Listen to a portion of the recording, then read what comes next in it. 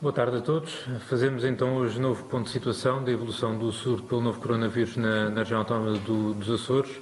Conforme tive a oportunidade de transmitir ontem, tínhamos 14 casos suspeitos na região, 9 nas últimas 24 horas do dia de ontem, contando com os 6 também da véspera de quarta-feira.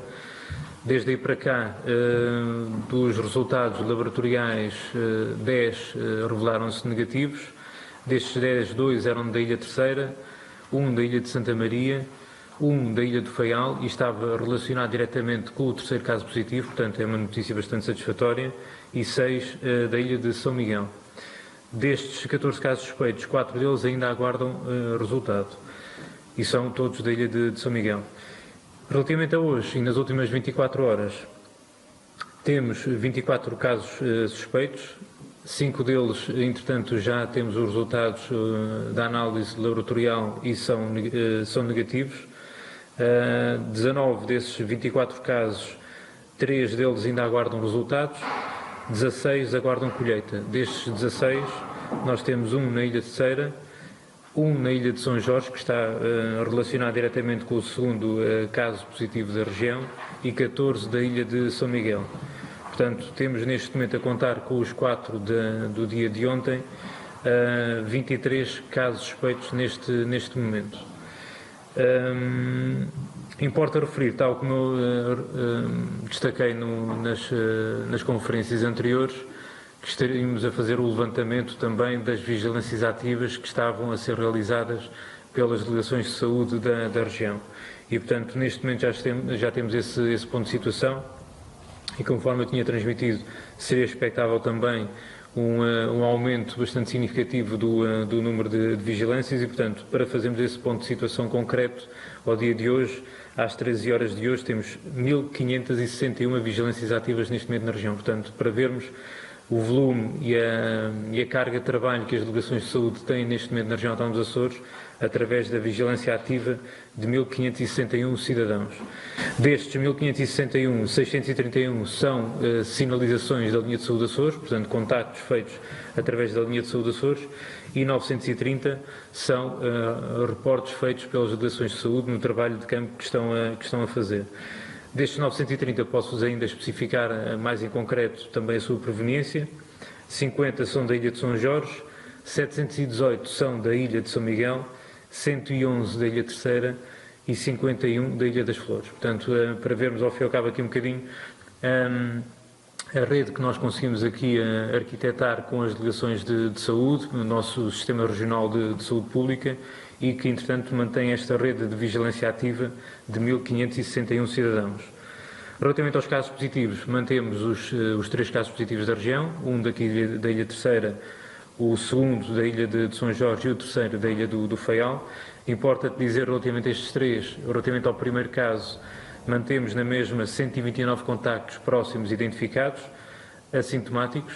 Do segundo caso positivo, mantemos 27 contactos próximos também identificados, também eles assintomáticos. Estes 2 casos positivos já foram validados pelo Instituto Nacional de Saúde, Dr. Ricardo Jorge, e relativamente ao terceiro caso positivo, temos 3 contactos próximos identificados, também eles assintomáticos, mas que, neste caso, aguarda validação pelo Instituto Nacional de Saúde, Dr. Ricardo Jorge. Relativamente aos internados, não temos nenhum caso suspeito neste momento internado nas unidades de saúde da região, nem sequer em contexto hospitalar, nem ao nível dos cuidados de saúde primários, através das unidades de saúde de ilha. Temos sim, entretanto, os 3 casos positivos, 2 deles internados no Hospital do Santo Espírito da Ilha Terceira e 1 no Hospital da Horta. Importa dar nota desta situação para não estarmos, digamos assim, aqui a criar falsas expectativas na região. Dar nota de que é expectável que, entanto, na Ilha de São Miguel também exista, durante agora os próximos dias, eventualmente também casos suspeitos, eventualmente também casos positivos. Nesse sentido, dentro daquilo que eu tenho transmitido ao longo dos últimos dias e do plano de contingência que foi elaborado ao nível regional, temos estado em articulação próxima com o Hospital de Divino Espírito Santo, que, por sua vez, através do empenho e toda a motivação também dos seus profissionais, têm adequado o seu nível de alerta e o seu nível de resposta e, portanto, estão preparados e ativados também para dar esse próximo passo na ativação do nível de resposta caso surjam esses primeiros casos positivos na ilha de São Miguel. Isto vai um pouco ao encontro também daquilo que foi referido também por Sua Excelência, o representante da República, o Dr. Pedro Catarino, onde teve a oportunidade de transmitir que da parte também das Forças Armadas e das Forças de Segurança também estarão disponíveis e coadjuvar os órgãos de governo regional e, portanto, iremos contar também com certeza com a sua colaboração caso exista essa necessidade também de elevar esse nível de resposta. Só dar aqui uma pequena nota, estamos, ao fim e ao cabo, aqui também em fim do mês, digamos assim, e foi reparo também que chegou à Direção Regional da Saúde de alguns dos pensionistas também que se dirigiram, sobretudo, aos Correios para também fazer o levantamento das suas pensões. Dar aqui só um alerta também para este pequeno grupo populacional também para que respeitem e adequem ao fim e ao cabo também o seu comportamento, mantendo o distanciamento social acima de 1 metro de distância também para evitarem, sendo depois também maioritariamente um grupo com uma faixa etária mais sensível e mais sujeita, digamos assim, também à aquisição da infecção, também para que estejam alerta e também cumpram essas recomendações do distanciamento social. Isto também diz respeito às farmácias, também é um contexto muito particular. Nós já tivemos a oportunidade também de emitir uma circular também com orientações e recomendações também para as farmácias, também que possam adequar o seu espaço, mas de qualquer forma também todos os utilizadores das farmácias também que cumpram esse distanciamento social para evitar essa transmissão também do vírus. Há um aspecto que ainda durante o dia de hoje também foi evidenciado por parte da Direção-Geral da Saúde e que eu gostaria depois também de reiterar e de subscrever, que é a utilização de luvas ao ar livre. Já tivemos a oportunidade de transmitir isso também em ocasiões anteriores. A utilização de máscaras cirúrgicas só é necessária quando a pessoa tem sinais ou sintomas de infecção respiratória, de maneira que, entanto, não possa transmitir a infecção para terceiros. E o caso das luvas também é de forma idêntica, ou seja, a lavagem das mãos é a medida mais eficaz para a prevenção da infecção pelo novo coronavírus e, portanto, a utilização de luvas ao ar livre não revela qualquer tipo de eficácia, são, aliás, um veículo de transmissão também da própria infecção e, portanto, as pessoas muitas das vezes até utilizam as luvas, depois têm a tendência para lavar as mãos com as luvas calçadas com água e sabão e isso depois, entretanto, ainda acaba por agravar ainda mais a situação e transformá-las num veículo de transmissão. Causam, portanto, uma falsa sensação de segurança e, portanto, gostaria de dar nota disso para que, entanto, evitemos esses comportamentos que não trazem qualquer tipo de mais-valia. Há um grupo importante também que nós tivemos especial atenção, que é relativamente às grávidas, também há algumas recomendações também que iremos emitir através de circular, também para desmistificar também algumas situações. Importa depois também, e ontem já disse isso, a linha de saúde Açores, a partir de ontem também é gratuita e, portanto, através do 808 24 60 24, qualquer cidadão poderá contactar a linha para colocar questões, dúvidas e fazer, digamos assim, aqui a triagem da sua condição clínica para também ficar mais esclarecido relativamente à possível infecção pelo novo coronavírus. Dizer também que a linha de atendimento não médico também tem tido um nível de atendimento também bastante satisfatório e que através do 800 29 29 29 também tem prestado os devidos esclarecimentos também à população, tendo depois também uma linha de e-mail, o esclarecimento covid19@azores.gov.pt, de maneira em que, entanto, também possa transmitir informação por essa via. Dar nota também hoje, tal como foi transmitido através de comunicado, a Secretaria Regional da Solidariedade Social, também, indo um bocadinho atrás daquilo que estávamos a referir há pouco, também dos grupos mais sensíveis, criou aqui também uma estratégia, também em colaboração connosco, no sentido de contactar também com os cidadãos acima de 65 anos, no sentido também de relembrar e de reiterar as recomendações que têm vindo a ser transmitidas, contactando-os telefonicamente e sensibilizando-os e prestando também todo o tipo de apoio, de modo a evitar que os membros também saíssem de casa quando não seja necessário. Portanto, este é o ponto de situação. Deixaria agora aqui o espaço para vocês poderem colocar questões, dúvidas e tentar responder. Queria saber em relação A questão tem a ver com o número de pessoas em vigilância ativa, que aumentou para 1.561 casos. Como é que está a ser, e uma vez que a partir de agora é necessário cumprir isolamento obrigatório, como é que vai ser feita a fiscalização destas pessoas?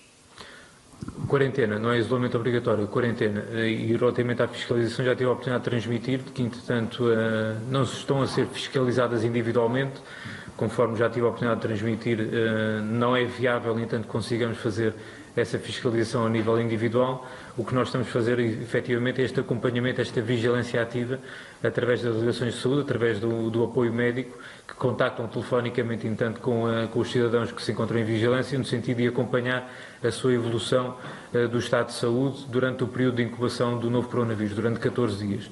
Desde a sua chegada à região, eles são contactados através das delegações de saúde, no sentido de aferir se há alguma evolução e a apresentação de sinais ou sintomas que possam indiciar a infecção respiratória, que cumulativamente aos critérios epidemiológicos, ou seja, o provirem de áreas de transmissão local ativa, possam indiciar a existência de casos suspeitos e daí depois darmos o devido seguimento. Desculpe insistir, mas o isolamento obrigatório é uma medida deliberada pelo Governo da República em relação às pessoas que estão em vigilância ativa. Ou seja, estas pessoas têm que estar em casa. Como é que estas pessoas vão ser fiscalizadas para termos a certeza que estão a cumprir esse isolamento? Neste momento na região, o que está terminado é a quarentena obrigatória. Ao fim e ao cabo, entanto, todos aqueles que chegam à região, é-lhes determinada pela Delegação de Saúde essa quarentena. O isolamento obrigatório só é colocado e aplicado naqueles casos em que existe efetivamente confirmação da infecção pelo novo coronavírus. Poder-se-á, no entanto, decidir pelo isolamento em contexto domiciliário ou o isolamento em contexto de unidade de saúde, seja ela a nível hospitalar, seja ela, entretanto, a nível das unidades de saúde ou mesmo até numa fase depois posterior ao nível de unidades privadas de saúde. Portanto, nem na região autónoma da Madeira ou na região autónoma das Açores ou no continente é possível fazer uma fiscalização domiciliária para cumprimento ou de um isolamento ou de uma medida de quarentena. A medida de isolamento é mais restritiva, portanto a pessoa tem que mesmo ficar em isolamento e por isso é que eu estou a dizer que aquilo que é determinado é uma quarentena, a pessoa fica em casa, deve ficar resguardada, deve evitar a interação social, durante o período que está em casa deve utilizar espaços próprios e em momentos desfasados dos restantes elementos do agregado familiar, utilizar também, tanto ao nível dos cuidados de higiene como ao nível da alimentação também, utensílios próprios também para evitar o seu contágio também com os restantes elementos do agregado familiar. Se estivessem em ambiente de isolamento, estas medidas não seriam execuíveis de ser aplicadas e, portanto, são questões completamente diferentes. Temos indicação que, relativamente ao segundo caso confirmado que diz respeito a uma mulher de São Jorge, que houve a confirmação de outro caso em Lisboa, o tal que desalinhou enfim, os dados entre a Direção-Geral de Saúde e a Autoridade Regional de Saúde. Trata-se de uma mulher residente em São Jorge que se foi hospitalizada em Lisboa. Pergunto-lhe se há mais casos suspeitos relativamente a este foco de contágio. Não, como eu tive a oportunidade de dizer, relativamente a São Jorge, o segundo caso suspeito, nós temos 27 contactos próximos identificados e destes 27 contactos próximos, nenhum deles está sintomático. Portanto, não estando sintomático, não configura caso suspeito. Volto a referir, um caso suspeito de infecção pelo novo coronavírus tem dois critérios em conjunto, critérios clínicos, sinais e sintomas, febre, tosse, dificuldade respiratória, em conjunto com critérios epidemiológicos, ou seja, ter viajado recentemente, antes do início dos sintomas, de alguma das áreas de transmissão local. E, portanto, dos 27 contatos próximos que nós identificamos de proximidade com este segundo caso suspeito, que é este segundo caso positivo, que é de São Jorge, nós não temos nenhum caso suspeito. Temos contatos próximos, que são pessoas que estiveram em contato com o caso positivo de São Jorge e que por essa via fazem parte também das vigilâncias ativas da Delegação de Saúde, que diariamente acompanham também estas situações, no sentido de evoluir, de acompanhar a evolução do estado de saúde.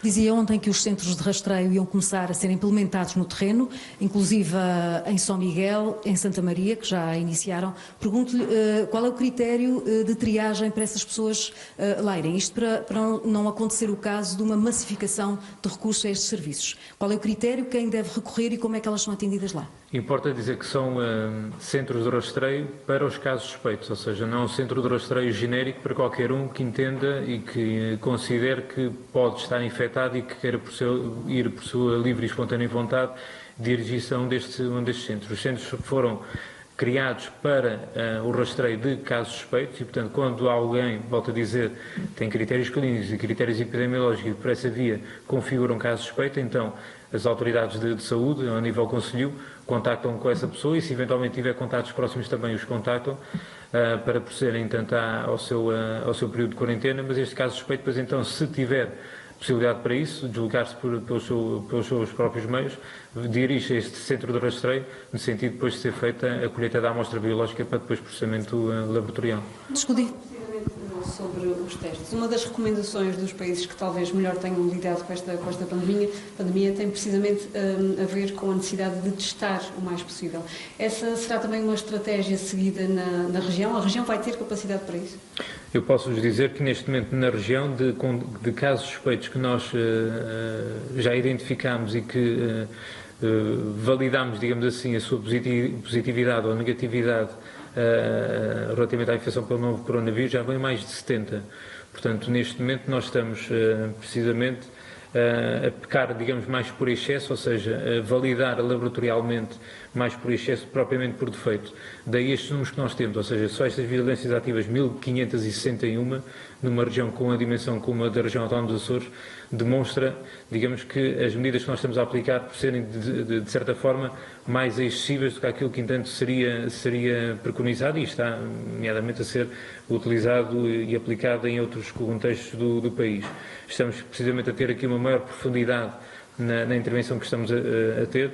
Eu posso tentar explicar, de certa forma, assim, de forma muito genérica, de tentar ser da forma mais simples possível. Nós, quando temos um caso suspeito, quando tem critérios clínicos e que tem critérios epidemiológicos, a delegação de saúde, numa primeira fase, identifica os contatos próximos, as pessoas que estiveram em contato físico direto ou a menos de 1 ou 2 metros, entretanto, de distância. Estes são os contatos próximos, digamos, de primeira linha.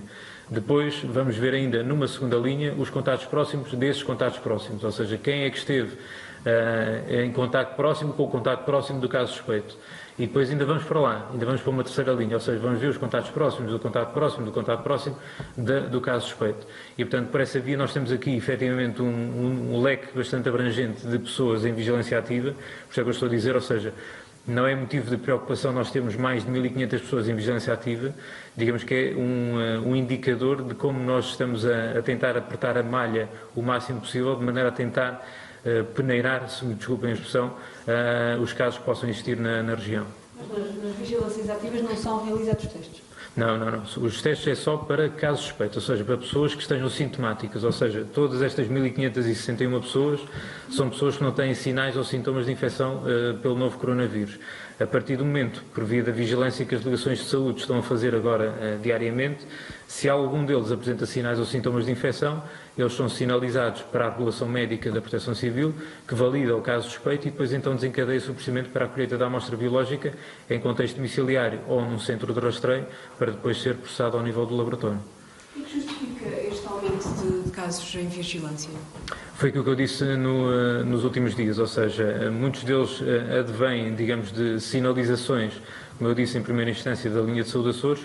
Outros é o trabalho de campo, de terreno também das delegações de saúde, quer seja ao nível, por exemplo, das portas de entrada da região, ao nível dos aeroportos, quer depois também dos conhecimentos e da articulação que vão tendo com diversas entidades e mesmo até com a população local, no sentido de identificarem pessoas que tenham vindo nos últimos dias de áreas de transmissão local e que por essa via são sinalizadas e são colocadas neste quadro de vigilâncias ativas para precisamente dia após dia despistarmos ao menor, não digo ao menor sinal de um espirro ou de um acesso de tosse serem sinalizadas e serem recolhidas as amostras e processadas ao nível laboratorial, mas é quase, ou seja, dentro da avaliação que é feita, a partir do momento em que apresentem sinais ou sintomas, são logo ao fim e ao cabo, entretanto, analisados. Todas as pessoas que chegam à região e que ficam em quarentena fazem parte, integram esta lista? Esta vigilância ativa, sim.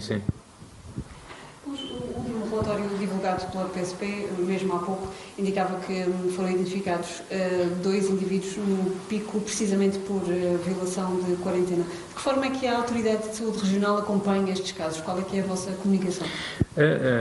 Como eu tenho tido a oportunidade de referir, foi e também disse há pouco, ou seja, da parte mesmo até do Sua Excelência o Representante da República, o Dr. Pedro Catarino, também se disponibilizou, apesar de, a partir do momento em que foi declarado o estado de emergência também, dentro daquilo que é a sua competência também de mobilizar as forças de segurança e também as Forças Armadas para aquilo que seja necessário. Como eu já tive a oportunidade de dizer, dentro do plano de contingência que nós temos, poder-se dar o caso, numa fase avançada do surto, de ter efetivamente mobilizar aqui outro tipo de recursos, como as Forças Armadas ou as Forças de Segurança. As Forças de Segurança foram ativadas, como eu já tive a oportunidade de dizer anteriormente, infelizmente nesta fase, por via tentarmos aqui colocar alguma correção, depois também na atitude e no comportamento das pessoas também a quem foi determinada a medida de quarentena. Felizmente, nomeadamente a Polícia de Segurança Pública tem feito esse trabalho, tem-nos dado, digamos, esse feedback também de que em algumas das ilhas têm feito essa intervenção ao nível local, o que a nós nos dá aqui mais algum suporte, porque, como devem compreender, em tantas autoridades de saúde, tendo a autoridade ao nível da saúde, não tem depois a autoridade ao nível do comportamento, digamos assim.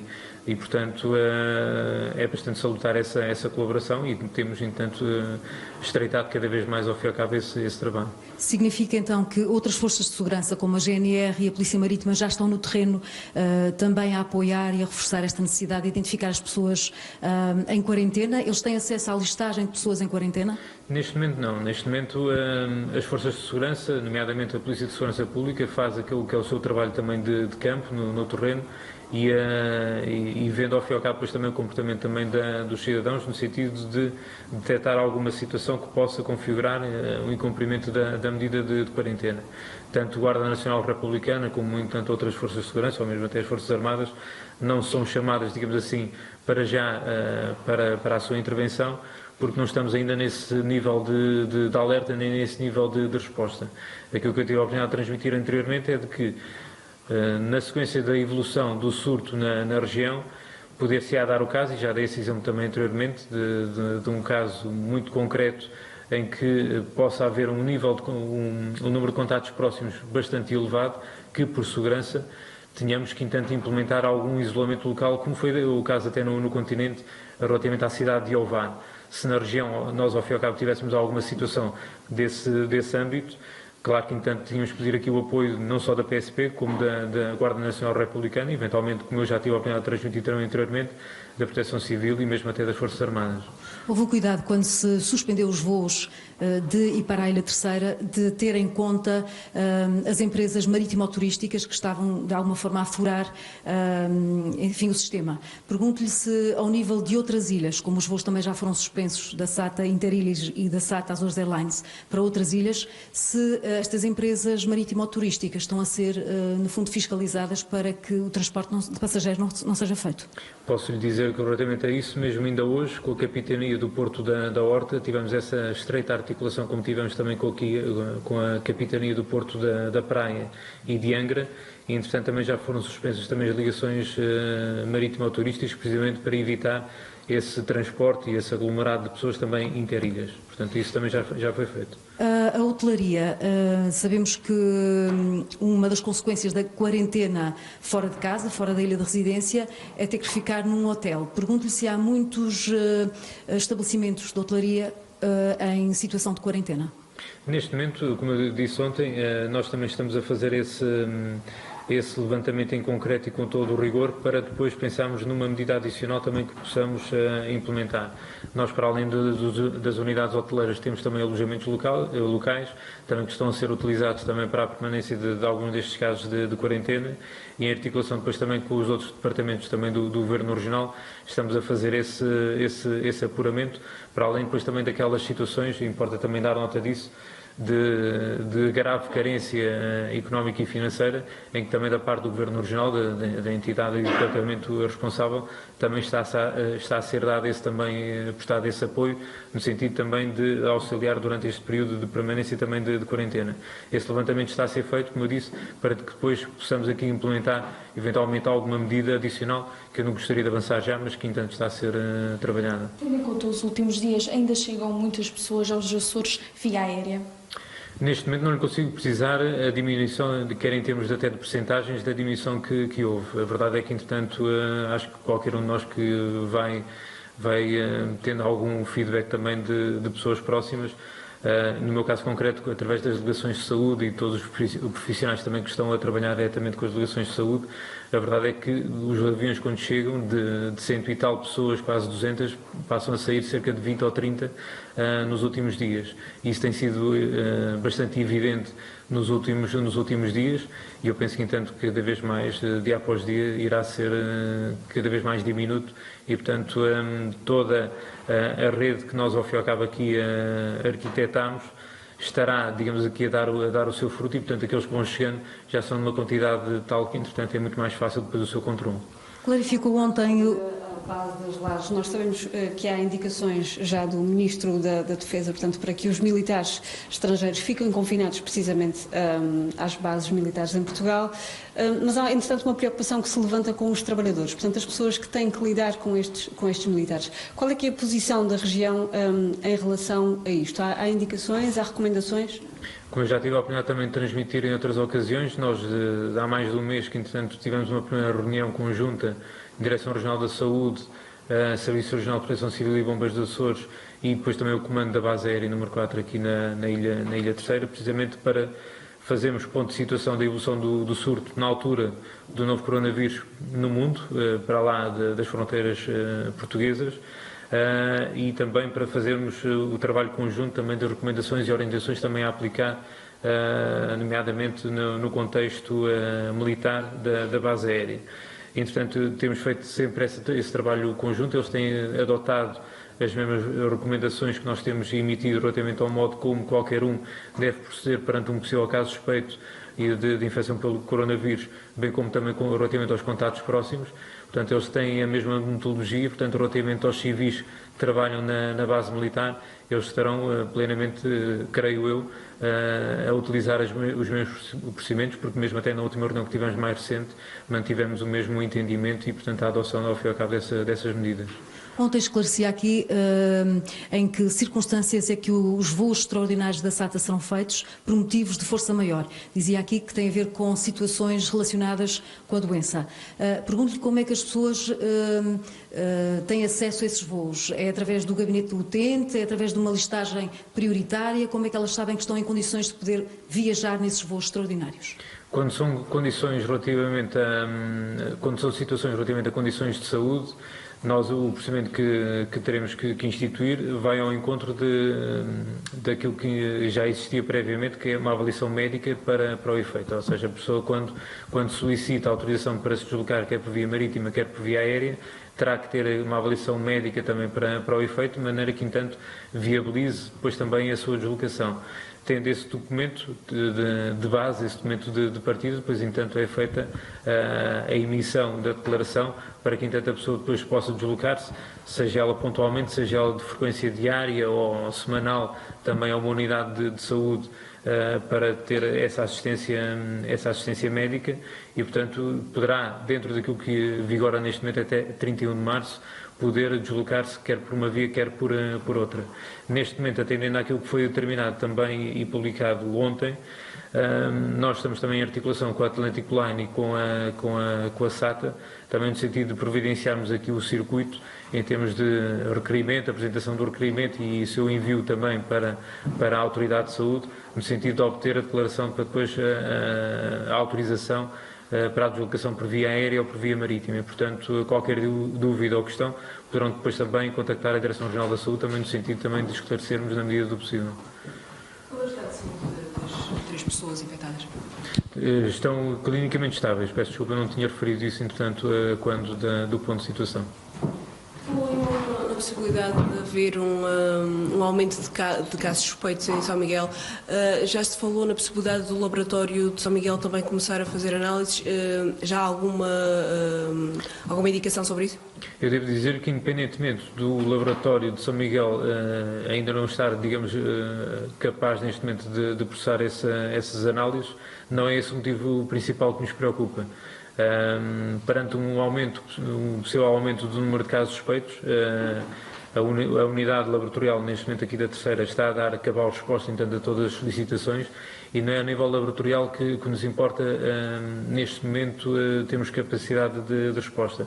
Aquilo que eu referi há pouco e que, entretanto, nós estamos aqui a trabalhar com o Hospital do Divino Espírito Santo e com a Unidade de Saúde de São Miguel, é prepararmos a resposta por exemplo, de internamento. ou seja, atendendo à densidade populacional da Ilha de São Miguel, atendendo àquilo que se espera que seja o crescente aumento do número de casos, sejam eles suspeitos, sejam eles mesmo até positivos, nós temos que preparar a resposta em termos assistenciais. A nível laboratorial, neste momento não é motivo de preocupação o facto de não termos 2 unidades laboratoriais na região. A daqui da Ilha Terceira está a dar uma cabal resposta. A nível de material, de equipamento, de reagentes, tem o suficiente para fazer milhares de análises às amostras biológicas que sejam remetidas. A própria restrição, digamos assim, também importa dizer isso, das ligações aéreas interilhas, também já fizemos essa articulação de maneira que, entanto, as equipas das unidades de saúde, quando fazem a recolha das amostras, já sabem quais são os voos que estão disponíveis, de maneira que, entanto, as amostras também cheguem cá, digamos, em tempo útil para que, entanto, entrem para processamento ao nível do laboratório. Portanto, todo este trabalho de articulação está a ser feito. Portanto, volto a dizer, não é tanto em termos de questão laboratorial que nos preocupa, é assim em termos mesmo até de capacidade de resposta e de libertar tanto profissionais como infraestruturas para dar a melhor resposta, entanto, também às necessidades.